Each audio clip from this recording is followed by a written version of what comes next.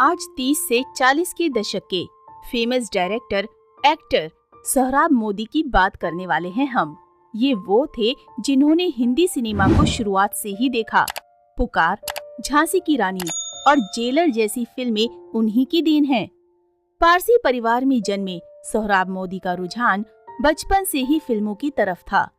बड़े होकर बेहतरीन फिल्में बनाकर उन्होंने अपना ये शौक पूरा किया और आज उनके शौक को लोग करियर बनाकर आगे बढ़ते हैं। शुरुआती सफर में उन्होंने अपने बड़े भाई के साथ घूम घूम कर ट्रैवलिंग एग्जीबिटर का काम और लोगों को फिल्में दिखाई। कुछ समय बाद खुद के दम पर ही उन्होंने 1936 में मिनर्वा मूवीटोन की स्थापना की।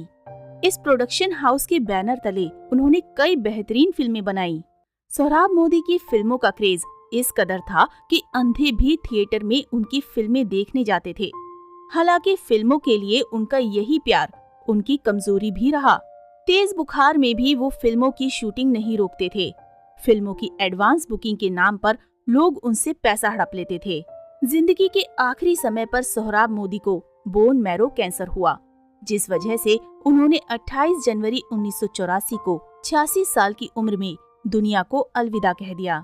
बिना मां के बीता बचपन। सोहराब मोदी का जन्म 2 नवंबर 1897 को मुंबई में एक पारसी परिवार में हुआ था। ये माँ बाप की 11 संतानों में से एक थे। पापा सरकारी कर्मचारी थे, इसलिए उनका बचपन रामपुर में बीता। रामपुर में सोहराब मोदी का ननिहाल भी था। जब वो 3 साल के थे तभी उनकी माँ का निधन हो गया था। काम के सिलसिले में उनके पापा बाहर ही रहते थे, इसलिए सोहराब मोदी की परवरिश उनके मामा ने की। प्रिंसिपल के सुझाव पर एक्टिंग में आए। स्कूल की पढ़ाई खत्म करने के बाद सोहराब मोदी ने अपनी प्रिंसिपल से सुझाव मांगा था कि वो आगे चलकर किस फील्ड में अपना भविष्य बना सकते हैं। प्रिंसिपल ने कहा था, सोहराब, तुम्हारी आवाज बहुत अच्छी है, तुम राजनीति या एक्टिंग में अपना करियर बना सकते हो। बचपन से ही उन्हें भी फिल्मों से प्यार तो था ही, तो प्रिंसिपल की बात मानकर उन्होंने एक्टिंग फील्ड में एंट्री ली। भाई के साथ मिलकर घूम घूम कर लोगों को फिल्में दिखाई। पढ़ाई खत्म करने के बाद सोहराब मोदी अपने भाई के साथ ट्रैवलिंग एग्जीबिटर का काम करने लगे थे। उनके भाई ने आर्य सुबोध थिएटर कंपनी की स्थापना की थी, जिसके जरिए वो ग्वालियर के अलग अलग शहरों में फिल्में दिखाते थे। 1924 से लेकर 1935 तक लगातार मोदी अपने थिएटर कंपनी के साथ घूमते रहे। इस दौरान उन्होंने उत्तर भारत से लेकर साउथ इंडिया के सभी इलाकों में फिल्मों को दिखाया। इसी समय सोहराब और उनके भाई ने वेस्टर्न इंडिया थिएटर कंपनी को भी खरीद लिया। ये ग्रुप पूरे देश में टेंट सिनेमा और परमानेंट थिएटर समूहों को प्रमोट करता था। 1936 में खुद के दम पर मिनर्वा मूवीटोन की स्थापना की। कुछ दिनों से सोहराब मोदी के भाई की तबीयत खराब चल रही थी। तब उन्होंने सोहराब मोदी से कहा कि वो अब कंपनी के कामकाज को संभाल ले। सारी जिम्मेदारियों को लेने के बाद 1935 में सोहराब मोदी ने पहली स्टेज फिल्म कंपनी की स्थापना की थी। इस प्रोडक्शन हाउस के बैनर तले पहली फिल्म खून का खून बनी थी। ये फिल्म शेक्सपियर के हैमलेट पर बेस्ड थी। हालांकि ये फिल्म फ्लॉप रही। इसके 1 साल बाद उन्होंने 1936 में मिनर्वा मूवीटोन की स्थापना की। इस प्रोडक्शन हाउस के अंडर उन्होंने मीठा जहर, शराबबंदी और तलाक जैसी फिल्में बनाई। जब हाई कोर्ट के जजों ने की हौसला अफजाई। 1937 में सोहराब मोदी ने फिल्म आत्मा तरंग बनाई थी। ये सामाजिक मुद्दे पर बनी फिल्म थी, जो बॉक्स ऑफिस पर फ्लॉप रही। फिल्म फ्लॉप होने की वजह से सोहराब मोदी बहुत दुखी हुए। एक दिन 4 लोग थिएटर से यही फिल्म देखकर निकल रहे थे। तभी उन लोगों की मुलाकात सोहराब मोदी से हुई। उन 4 लोगों ने उनसे कहा कि क्या आप ही सोहराब मोदी हैं? सोहराब मोदी ने जवाब में कहा, हाँ, बदकिस्मती से मैं ही हूँ। उन 4 लोगों में से एक आदमी ने कहा, आप ऐसा क्यों कह रहे हैं? ऐसा मत कहिए, साथ ही आप ऐसे मुद्दों पर फिल्में बनाते रहिए। देखिएगा, एक दिन जरूर आप भी टॉप पर होंगे। इतना कहकर वो लोग वहाँ से चले गए। उन 4 लोगों के बारे में सोहराब मोदी ने पता किया तो वो हाई कोर्ट के जज थे। वो इस बात से बहुत खुश हुए कि हाई कोर्ट के जज उनकी फिल्मों की तारीफ कर रहे हैं, तो वो सिर्फ ऐसी ही फिल्में बनाएंगे। अंधे भी सोहराब मोदी की फिल्में देखने आते थे।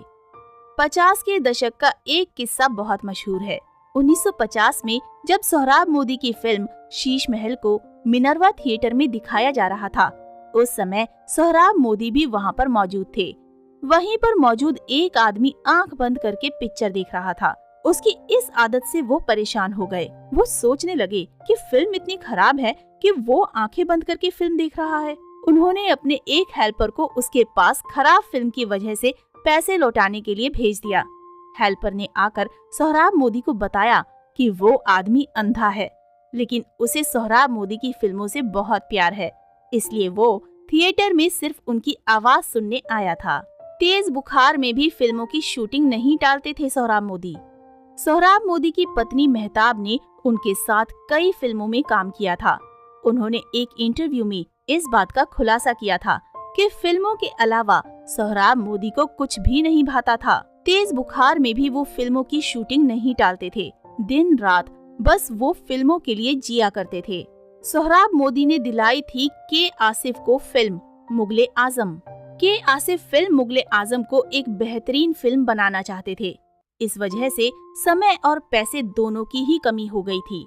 इस बात से तंग आकर फिल्म के निर्माता शापूरजी पालनजी मिस्त्री दूसरा डायरेक्टर चाहते थे।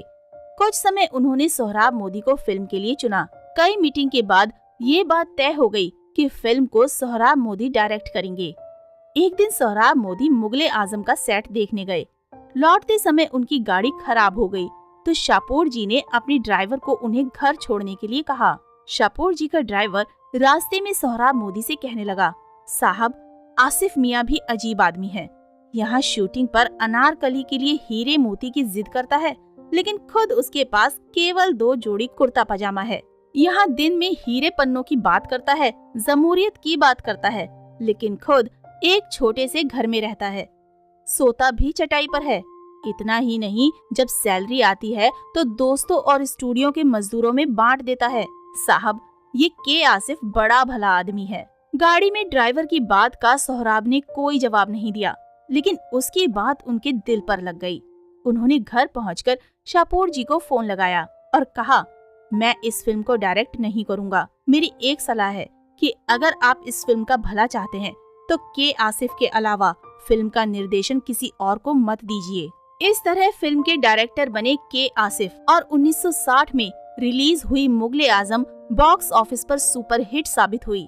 कैंसर की वजह से हुई मौत। सोहराब मोदी की पत्नी ने बताया था कि सोहराब मोदी फिल्मों के लिए बहुत जुनूनी थे। फिल्में ही उनकी कमजोरी थी और उनकी इसी कमजोरी का लोग फायदा भी उठाया करते थे। फिल्म मेकिंग के एडवांस पेमेंट की वजह से उन्हें भारी नुकसान का सामना करना पड़ता था।